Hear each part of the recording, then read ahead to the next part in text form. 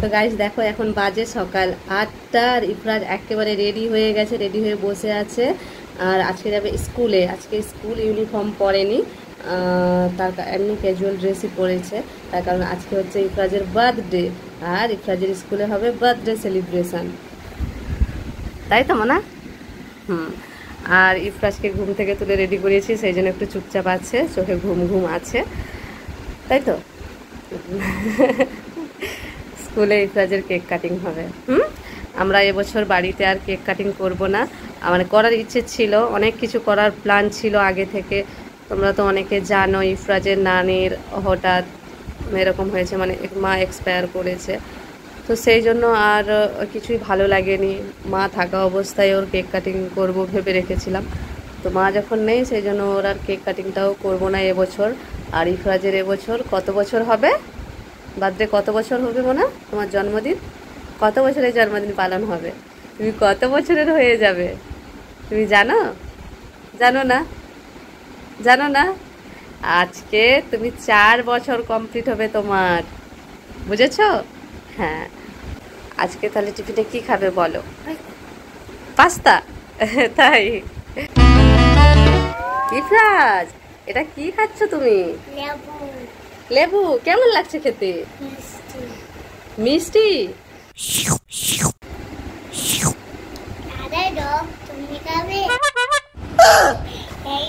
অনেক মিষ্টি। কেমন লাগছে?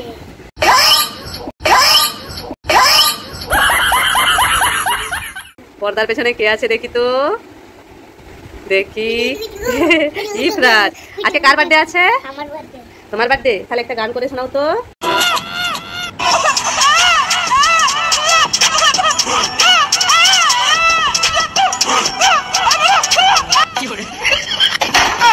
ইফরাজ দুটো শর্ট ভিডিও করে নিয়েছে, তারপরে দেখো গাড়ির জন্য অপেক্ষা করছে, দাঁড়িয়ে আছে, এরপরে গাড়ি এসে যাবে।